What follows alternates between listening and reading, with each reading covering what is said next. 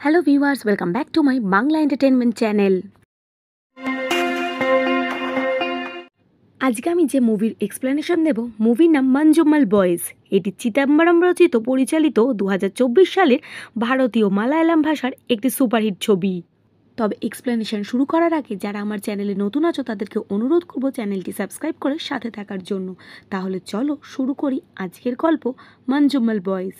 সিনেমার শুরুতে আমরা দেখতে পাই 1991-এ রিলিজ গুনা মুভির একটা গান টিভিতে হচ্ছে, আর কেরালাতে কিছু লোক ঘুরতে এসেছে। তারা তাদের খাওয়ার পর যখন বিল পেমেন্ট করতে যায় তখন তারা সেখানে একটা খবরের কাগজের টুকরো পায়। সেই খবরের কাগজে যে নিউজটা ছাপা ছিল সেটা দেখা মাত্র লোকটি চমকে ওঠে, আর তার সাথে থাকা লোকদেরকেও সেই খবরটা দেখাতে থাকে। খবরটা দেখার পরে সকলেই বেশ ব্যস্ত হয়ে পড়ে, আর তারা এখন কেরল ছেড়ে নিজেদের গ্রামের উদ্দেশ্যে যাত্রা শুরু করে। তবে খবরটা কি এই মুহূর্তে আমাদের দেখানো হয় না বা জানানোও হয় না। এই লোকগুলো স্থানীয় চার্চে এসে সেই খবরটা স্থানীয় লোকদের দেয়। এরপর ঘটনা ফ্ল্যাশব্যাকে দেখানো হতে থাকে, যেখানে আমরা একটা বিয়ে বাড়ির দৃশ্য দেখতে পাই। এখানে ম্যারিন ওয়েটস শিন্টো বলে কারোর বিয়ে হচ্ছিল, আর সেইখানে এই মঞ্জুমাল বয়েজরা দারুণ মজা করছিল। এই বন্ধুদের মধ্যে ছিল সুধি, কুট্টান, সুভাষ, সিজু, বিষ্ণু, চন্দু, সিকশন, কৃষ্ণন, ডিল্লান, অনিল, আরও অনেকে। এর মধ্যে সিজু নিউলি ম্যারিড কাপলের সাথে বন্ধুদের নিয়ে ছবি তুলতে চাইছিল, কিন্তু তার ভাই সিকশন বলে যে সিজু এই মুহূর্তে কোনো সিন ক্রিয়েট করবে, তাই সে টেনে তার দাদাকে সেখান থেকে নিয়ে যায়। এদিকে আমরা দেখতে পাই বাকিরা এই বিয়েবাড়িতে অনেক মজা করছিল। এর মধ্যে সুধি, যে কিনা তার নতুন জামা নিয়ে খুবই ওয়ারিড, সে কাউকে খাবার সার্ভ করছে না, কারণ তার নতুন জামায় দাগ লেগে যেতে পারে। এতদিন বাদে সুধি তার পুরনো স্কুলের বন্ধু প্রসাদের সাথে দেখা করে। এখন এরা দুজনে কি করছে জানালে প্রসাদ জানায় যে সে নতুন করে একটা ট্যুর অ্যান্ড ট্রাভেলসের ব্যবসা খুলেছে, আর সুধি জানায় তার কনস্ট্রাকশনের বিজনেস আছে। সুধি জানায় এখন যদি তার কোথাও ঘুরতে যাওয়ার প্ল্যানিং হয় তাহলে অবশ্যই সে প্রসাদকে ফোন করবে আর তার থেকেই গাড়ি চালাবে। এই বিয়েবাড়িতে সকলে এত হই হুল্লোড় করতে করতে হঠাৎ করে তাদের রাইভাল টিমের সাথে দেখা হয়। আসলে রাইভাল টিম আর কেউ নয়, এরা টাগ অফ ওয়ারে লাস্ট ইয়ার যাদের সাথে পার্টিসিপেট করেছিল আর হেরে গেছিল তারা। এই দলটির নাম উষা দর্শন গ্রুপ, এবং কথায় কথায় এদের মধ্যে বচসা আরও তুঙ্গে ওঠে, আর এরা ঠিক করে আসল চ্যাম্পিয়ন কে সেটা এই মুহূর্তেই প্রমাণ হয়ে যাবে। কারণ এখন মঞ্জুমাল বয়েজ আর উষা দর্শন বয়েজের মধ্যে টাগ অফ ওয়ার শুরু হবে। কিছুক্ষণ এই টাগ অফ ওয়ার চলার পরে লাস্ট অব দি উষা দর্শন গ্রুপই জিতে যায় আর মঞ্জুমাল বয়েজ হেরে যায়। আবার এই হারটা মঞ্জুমাল বয়েজ কিছুতেই মেনে নিতে পারে না। এরা আবার নিজেদের ঘাঁটিতে দেখা করে আর তাদের সেই হারের বিষয়ে কথা বলতে থাকে। এর মধ্যে কৃষ্ণা, যে সে একটা চশমার দোকানে কাজ করে, সেই চশমার দোকান থেকেই সে কিছু ছবি পায়, যে ছবিগুলো আসলে উষা দর্শন গ্রুপ ছুটিতে ঘুরতে গেছিল সেই ছবি। এই ছবি দেখার পর তারা ঠিক করে তাদের গ্রুপরাও কোথাও না কোথাও ঘুরতে যাবে। প্রথমে ঠিক করে গোয়া যাবে, কিন্তু বাজেট অনেক বেশি থাকায় গোয়া ক্যান্সেল করে। শেষ পর্যন্ত তারা ঠিক করে কোডাইকানাল ঘুরতে যাবে। এই গ্রুপে প্রথমে তাদের 26 জনে যাওয়ার কথা ছিল, কিন্তু যখন প্রসাদকে ফোন করে সে জানায় যেহেতু ওনাম সিজন চলছে তাই সব গাড়ি বেরিয়ে গেছে। এখন তার কাছে শুধুমাত্র কলিস গাড়িই রয়েছে, কিন্তু কলিস গাড়িতে 9 জনের বেশি বসা যাবে না। অনেক আলাপ আলোচনার পর এরা 9 জনই বেরিয়ে পড়ে, কিন্তু শেষ মুহূর্তে একজন ক্যান্সেল করে। তখন টিমের বাকিরা সুভাষকে নিয়ে যেতে চায়। সুভাষেরও যাওয়ার ইচ্ছা ছিল, কিন্তু বাড়িতে আর্থিক সমস্যার কারণে সে প্রথমে যেতে রাজি হচ্ছিল না। কিন্তু শেষ পর্যন্ত সুভাষ যখন যায় তার মার কাছে কিছু টাকা চাইলে তার মা দিতে অস্বীকার করে। সে শুধু তার ভাইয়ের বেলটা নিয়েই কোডাইকানালের উদ্দেশ্যে যাত্রা শুরু করে। এখন রাস্তায় তারা এক জায়গায় বসে খাবার খাচ্ছিল আর বাকি সকলে মন্দিরে গেছিল। তখন প্রসাদ সুভাষকে বলে যে সে কেন মন্দিরে যাচ্ছে না। সুভাষ বলে সে ঠাকুর দেবতায় বিশ্বাস করে না। তখন প্রসাদ বলে ঠাকুর হচ্ছে এমন যার আলোটা আমাদের উপরে পড়ছে, কিন্তু সেই কথাটা নিয়ে সুভাষ কিছুটা হাসি ঠাট্টা করে আর এটা বুঝিয়ে দেয় সে কোনো অবস্থাতেই ঠাকুর দেবতার অস্তিত্ব স্বীকার করছে না। এরপর তারা কোডাইকানাল পৌঁছায়, আর সেইখানে দারুণ সুন্দর প্রাকৃতিক দৃশ্যে তারা মোহিত হয়ে যায়। এবার বয়েজ টিমের তো একটা বৈশিষ্ট্য আছে যে যেখানে যেটা করা মানা সেটাই তারা করবে। যেখানে ছবি তোলা মানা তারা সেখানে ওটা ছবি তুলবে, যেখানে প্রবেশ নিষেধ তারা সেখানেই বেশি করে যাবে। এইভাবে তারা ট্রিপটা খুব মজা করে ঘুরছিল। এর মধ্যে ট্রিপে গান শোনার জন্য তারা গুনা মুভির একটা সিডি কেনে। তখন প্রসাদ বলে যে এই গুনা মুভি অ্যাকচুয়ালি শুটিং হয়েছিল গুনা কেভে, যেখানে সেও এসেছিল বালাকৃষ্ণনের টিমের সাথে। এই গুনা কেভের সৌন্দর্য যে কী সুন্দর সেটা না দেখলে বিশ্বাস করা যায় না, কিন্তু তাদের এই ট্যুর ডেস্টিনেশনের মধ্যে গুনা কেভ ছিল না। কিন্তু এখন প্রসাদ যখন গুনা কেভের এত প্রশংসা করেছে, তখন বাকিরা সবাই ঠিক করে যে করেই হোক গুনা কেভসে তারা ঘুরতে যাবেই। এই বলে তারা এখন এই গুনা কেভসের দিকে রওনা দেয়। এই গাড়িতে যদিও 9 জনের যাওয়ার কথা ছিল, কিন্তু সিজু তার ভাই সিকশনকে নামিয়ে গাড়িতে উঠে পড়েছিল, আর সিকশনও গিয়ে পিছের সিটে বসে পড়েছিল। এইভাবে এখন ড্রাইভারকে নিয়ে এই গাড়িতে মোট 11 জন আছে, আর এই 11 জনই এখন চলেছে গুনা মুভির অ্যাকচুয়াল শুটিং স্পট গুনা কেভের ভিতরটা দেখতে। কিন্তু তারা যখন সেখানে পৌঁছায়, তখন স্থানীয় লোক জানায় যে সেই ভিতরে যাওয়া কিছুতেই সম্ভব নয়, কারণ সেখানে এর আগে অনেক লোক বিপদে পড়েছে। এরা যখন বাইরে দাঁড়িয়ে এই কথাগুলো শুনছিল, তখন হঠাৎ করে কুট্টান দেখে সেই রেলিংয়ের ভিতরে 3 জন লোক ঘুরে বেড়াচ্ছে। এখন যখন ওরা ভিতরের লোক দেখে নিয়েছে, এখন আর ওদেরকে আটকানো সম্ভব না, তাই এইবার এরাও ভিতরের দিকে নেমে পড়ে। এরা যখন গুনা কেভসের ভিতরে যায়, তখন ওইখানকার সৌন্দর্য দেখে এরা নিজেদেরকে আটকাতে পারে না। এরা ভিতরে গিয়ে চিৎকার করছে, চেঁচামেচি করছে, তবে সেখানে তারা কিছু বাদরের কঙ্কাল আর একটা স্টেগনেন্ট গন্ধও পায়। কিন্তু এদেরকে আর কোনোভাবেই আটকানো যায় না। এরা একটার পর একটা ব্যারিকেড পেরিয়ে পৌঁছে যায় একদম ভিতরে। এইখানে এসে তারা দেখতে পায় এই গুহার ভিতরে তাদের আগে আরও অনেক বয়েজ টিমেরা এসেছে, আর তারা প্রত্যেকে এই গুহার দেয়ালে তাদের নিজেদের নাম আর তাদের গ্রুপের নাম লিখে রেখে গেছে। এই দেখে সিকশন আর কৃষ্ণা ঠিক করে যে তারাও গিয়ে তাদের মঞ্জুমাল বয়েজের নাম লিখবে।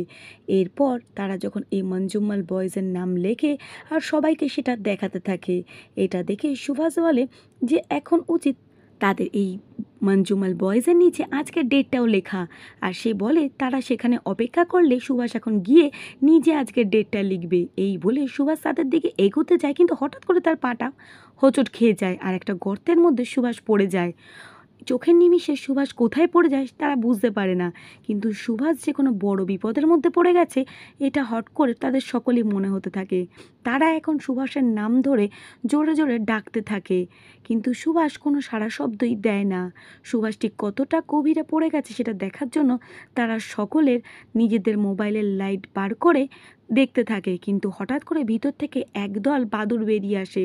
বাদুড় বেরিয়ে আসতে দেখে বাকিরা বেশ ভয় পেয়ে যায়, কিন্তু এই মুহূর্তে অভিলাষ হঠাৎ করে বলে ওঠে, সুভাষ চালা গায়া, সুভাষ চালা গায়া। এই বলে সে কেমন ট্রমাটাইজড হয়ে যায়। এই গুহার ভিতর থেকে এতগুলো বাদুড় বের হয়ে যেতে একজন গাইড দেখতে পায়, আর সে বুঝতে পারে ভিতরে অবশ্যই কোনো বিপদ ঘটেছে। এখন ভিতরে মঞ্জুমাল বয়েজের বাকি টিম সুভাষকে ডাকতে থাকে, আর সমানে নিজেদের লাইট দিয়ে ঠিক সুভাষ কত দূরে রয়েছে সেটা বোঝার চেষ্টা করতে থাকে। কিন্তু সুভাষ যখন কোনো সাড়া শব্দই দেয় না, তখন তারা বুঝতে পারে সুভাষের সাথে নিশ্চয়ই বড় কোনো বিপদ ঘটেছে।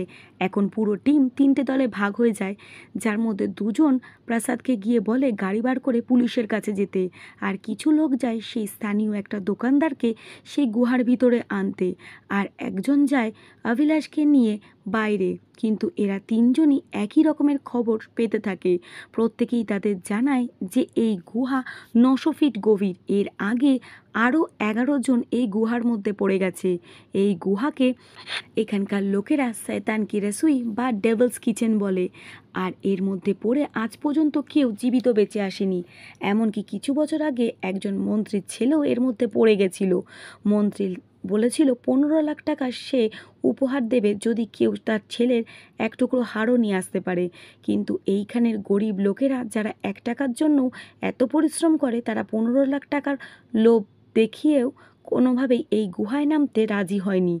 এই গুহাতে যে একবার পড়ে তার পক্ষে বেঁচে ফেরা আর সম্ভব নয়। তাই সুভাষও আর বেঁচে নেই, তাই সুভাষকে বাঁচানোর ইচ্ছাও এরা জানি এখন ত্যাগ করে। আর পুলিশ স্টেশনে পুলিশ প্রথমে এদের বলে যে নিশ্চয়ই তারাই তাদের বন্ধুকে মদ খেয়ে ধাক্কা মেরে ওই গুহার মধ্যে ফেলে দিয়েছে। প্রথমে আসতে রাজি না হলেও একটা সময় তারা আসতে বাধ্য হয়। এদিকে হঠাৎ করে বৃষ্টি পড়তে শুরু করে আর জলের ধারা সেই গুহার গর্তের মধ্যে পড়তে থাকে। কিছুক্ষণের মধ্যে এখন তাদের বন্ধুদের মনে হয় যদি কোনোভাবে গর্তটা জলে ভরে যায় তাহলে সুভাষের তো বাঁচার আর কোনো পথই থাকবে না। তাই এখন তারা ওই গর্তের চারিপাশে যে যার মতন শুয়ে পড়তে থাকে। সুধি যে নিজের জামাকাপড় সম্পর্কে এত কনসিয়াস, সেও এখন ওই নোংরা কাদা জলে শুয়ে পড়ে জল আটকানোর জন্য, কারণ জলে ভরে গেলে গুহা আর সুভাষ কোনো মতেই বেঁচে থাকতে পারবে না। এদিকে ওই জঙ্গলের ফরেস্ট গার্ড, দোকানদার সকলেই তাদের বলে এই ঠান্ডা জলে তারা যেন শুয়ে না থেকে সেখান থেকে চলে যায়। এই জঙ্গলের যে গাইডটা বাদুড়দের উড়ে যেতে দেখেছিল এখন সেও এই গর্তের কাছে চলে আসে আর ঘটনা দেখে সেও বেশ ঘাবড়ে যায়। এরা সকলেই বন্ধুদের বলতে থাকে যে সুভাষ কিছুতেই বেঁচে নেই, তাই তারা যেন এখান থেকে চলে যায়। কিন্তু এর মধ্যে সিকশান চিৎকার করে সুহাস সুহাস বলে ডাকতে থাকে। আসলে সিকশানের গলায় ছিল এই বন্ধুদের মধ্যে সব থেকে জোরে।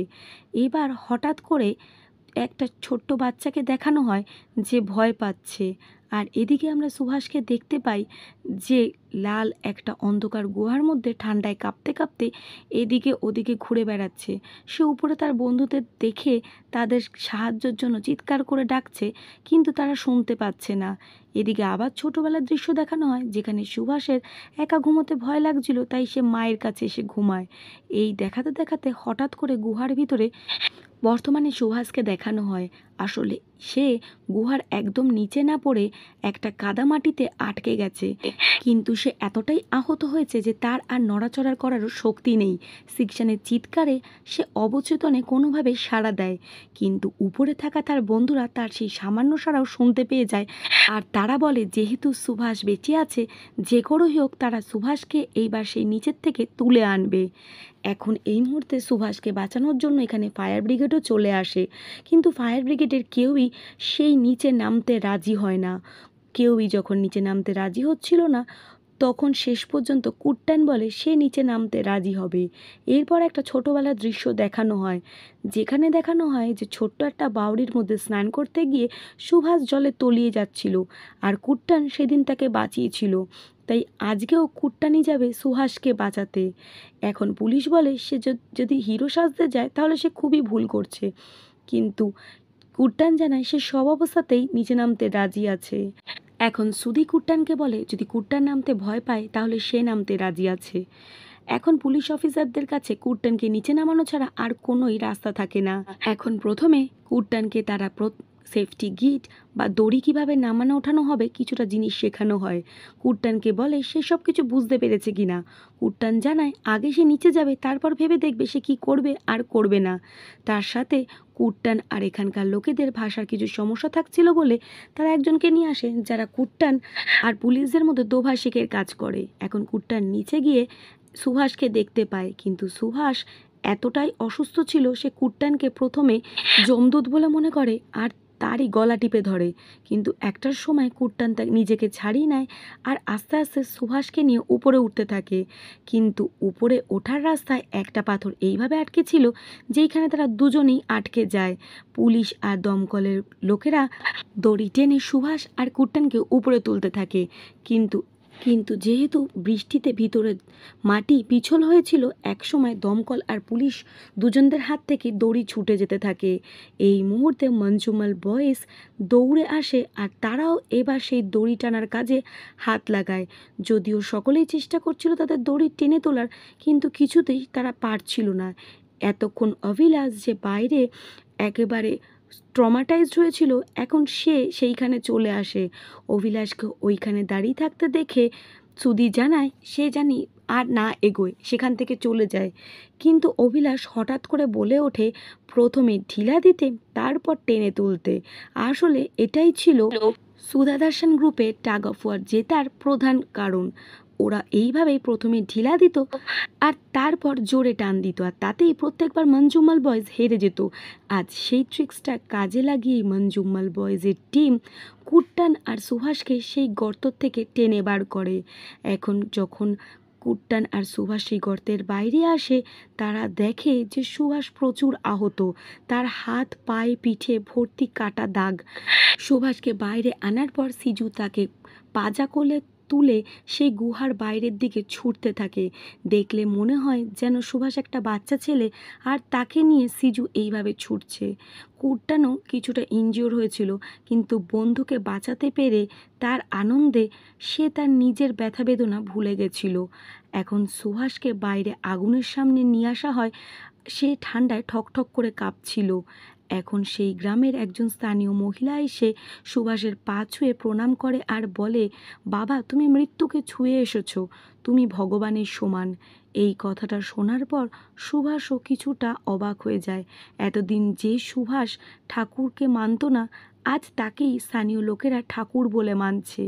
এখন পুলিশ সেখানে কিছু তাদের রিপোর্ট লিখতে চাইলে সেই বুড়ো দোকানদার আর গাইড জানায় এখন প্রথমে দরকার এদের ফার্স্ট এড, তাই এইখানে তাদেরকে আটকে না রেখে বরং তাদের কোডাইকানাল হাসপাতালে নিয়ে যাওয়ার ব্যবস্থা করা হোক।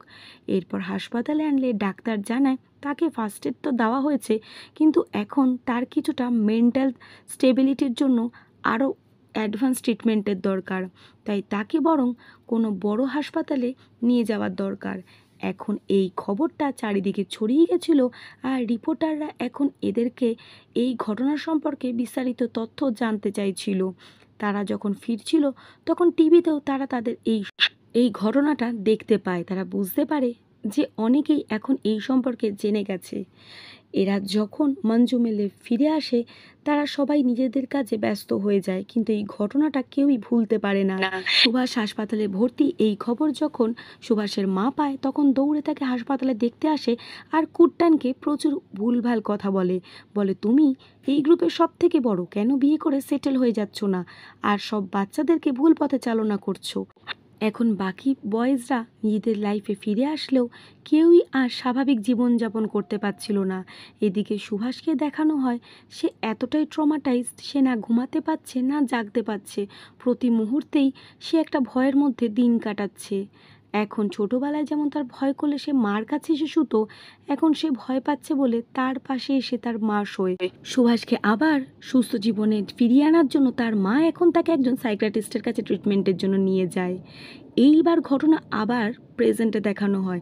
ওই যে সিনেমার শুরুতেই একটা খবরের কাগজের টুকরো নিয়ে চাঞ্চল্যকর পরিস্থিতি দেখানো হয়েছিল, আসলে সেই খবরের কাগজে এই ঘটনার কথাই প্রকাশিত হয়েছিল, যেটা মঞ্জুমালের লোকেরা জানতো না। এখন যখন এই খবরের কাগজের টুকরোটা সুভাষ আর কুট্টানের মা হাতে পায় তখন তারা এই ঘটনার সম্পর্কে জানতে পারে। আর সুভাষের মা এখন গিয়ে কুট্টানকে হাত ধরে ধন্যবাদ জানায়, কারণ সে জানায় সেদিন যদি কুট্টান সুভাষকে না বাঁচাতো তাহলে তার মা সুভাষকে আর ফিরে পেত না।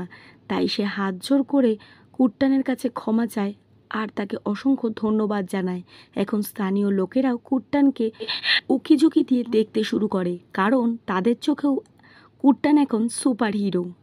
এরপর দেখানো হয় সেই গুনা কেভসের মুখটা সরকার থেকে লোহার জাল দিয়ে ঘিরে দেওয়া হচ্ছে।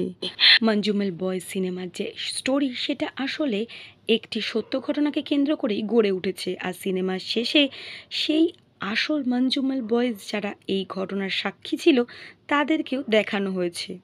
তো বন্ধুরা, এই ছিল মঞ্জুমেল বয়েজের স্টোরি। কেমন লাগলো অবশ্যই জানিও, আর দেখা হবে পরের ভিডিওতে। ততক্ষণের জন্য বিদায়।